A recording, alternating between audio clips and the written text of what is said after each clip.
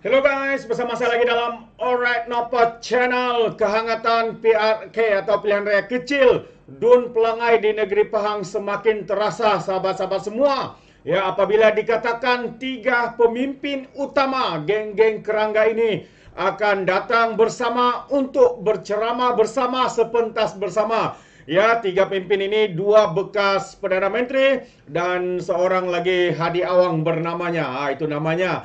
Ya, adakah rakyat Pelangai akan menolak ya tiga pimpinan ini yang kita lihat begitu hipokrit, begitu sombong merakuskan kuasa, sahabat-sahabat semua. Ada di antara mereka yang hari-hari menyatakan kerajaan akan bertukar, Perdana Menteri akan bertukar. Benarkah semua itu? Atau rakyat di Dun Pelangai ini akan menolak keras-keras tiga pemimpin yang hipokrit ini, sahabat-sahabat semua?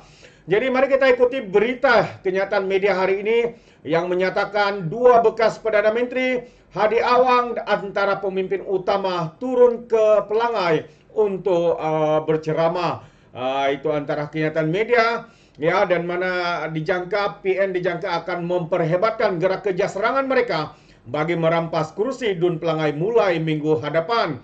Hal itu karena dua tokoh berpengaruh dijadwal akan turun padang untuk membantu calon parti itu, Kasim Samad yang berdepan dengan saingan tiga penjuru.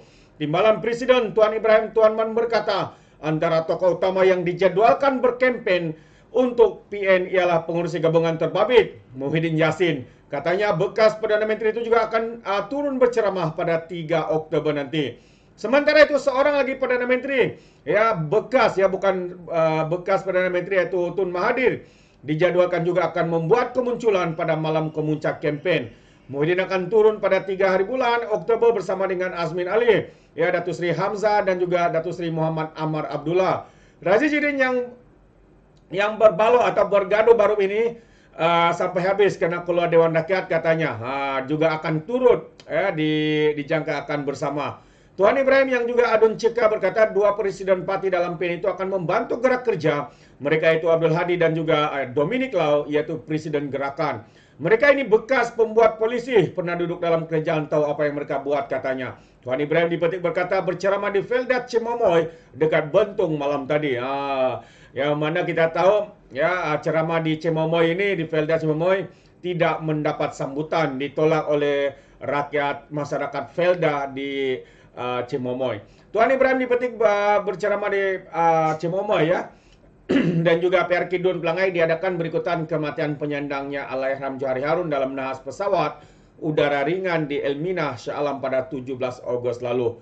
Jadi karena itu SPR mengumumkan itu pengundian ya akan dilakukan untuk memilih calon ataupun yang berhormat ya ahli Dewan Rakyat yang baru pada 7 Oktober sebagai hari pengundian, sahabat-sahabat semua. Jadi inilah yang akan berlaku, sahabat semua. Begitu mereka sedang memperhebatkan ya usaha mereka untuk menawan kursi ini. Persoalannya seperti mana yang kita tahu, ura-ura mengatakan bahwa masyarakat di Dun Pelangai ini ya khususnya tidak mau untuk menerima ataupun mereka mau menolak ya geng-geng kerangga ini yang hanya tahu untuk menabur fitnah, memainkan sentimen, agama bangsa dan sebagainya. Itu antara intipati dalam setiap ceramah yang mereka lakukan.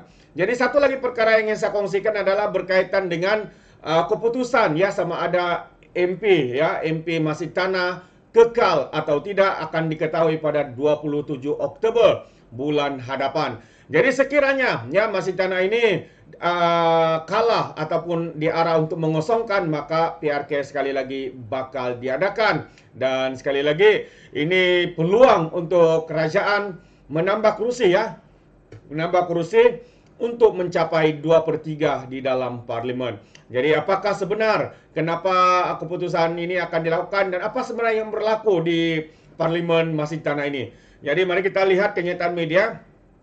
Keputusan sama ada Datuk Mas Ernie Yati Samsudin kekal sebagai ahli parlimen Masjid Tanah akan diketahui pada 27 Oktober ini. Hakim Datuk Abu Bakar Qatar membuat keputusan petisi pidana itu apabila pemetisi memohon menutup kes selepas gagal mengemukakan saksi penting untuk perbicaraan. Peguam Pemerintah Rosvina Rahmat berkata, waran tangkap terhadap pengurusi Armada Bersatu Akmal Zainal Zahir gagal diserahkan kepadanya walaupun beberapa kali cuba diserahkan oleh polis dengan kali terakhir pada 11 September yang lalu. Jadi Akmal Zain seperti dalam bukti-bukti video menunjukkan pemberian uang dilakukannya dan dia adalah saksi penting. Jadi hari ini kerana tidak dapat melaksanakan waran tangkap itu, maka kami menutup kes, kata dakwa. Jadi mahkamah kemudian menetapkan 3 tarikh penting, iaitu hujan pihak-pihak secara bersama pada 9 Oktober awal bulan depan, sementara jawapan berhujan pada 16 Oktober dan keputusan akhir pada 27 Oktober, katanya kepada pemberita selepas prosiding mahkamah di Melaka hari ini. Jadi ini adalah satu berita baik sahabat semua yang menarik untuk kita tunggu. Ya, adakah kerusi ini akan dikosongkan? Ya, bermakna kalau dikosongkan maka akan ada pilihan raya kecil di Masjid Tanah. Dan kalau ada pilihan raya kecil, nescaya ya dua kerajaan dan juga pembangkang mahu kemenangan. Tapi kemenangan ini akan lebih bermakna untuk kerajaan sekiranya ya mereka menang. Kerana apa? Dengan kemenangan ini sebenarnya akan membuatkan kerajaan yang ada pada hari ini mencapai sekali lagi 2/3 di dalam parlimen. Jadi ini akan memudahkan kerajaan untuk meluluskan ataupun menggubal sebarang dasar di dalam parlimen dan atau juga di dalam Dewan Rakyat. Jadi kita ya dengan tidak sabar ini menunggu keputusan yang bakal diumumkan pada 27 ini, dan kita berharap ya kejadian ataupun terbukti ya bahwa geng-geng daripada Perikatan Nasional ini terbukti melakukan amalan rasuah, memberi suapan kepada pengundi-pengundi untuk mengundi mereka. Jadi dengan itu kita mengharapkan supaya ya pihak pendakwa menang di dalam kes ini, sahabat-sahabat semua. Itu pandangan saya. Bagaimana pula dengan Anda? Ya, sekiranya Anda mau berikan sebarang komen, Anda boleh berikan komen dalam ruangan komen, tapi ingat, komen dengan cara berhema. Jangan ikut seperti walan-walantit, lebay-lebay, dan juga geng sapu bersih apabila memberikan komen penuh dengan hasutan, kebencian, dan juga fitnah melampau. Itu antara kenyataan ataupun tindakan mereka. Sepertinya mungkin karena otak mereka tertinggal di dasar Laut Cina Selatan.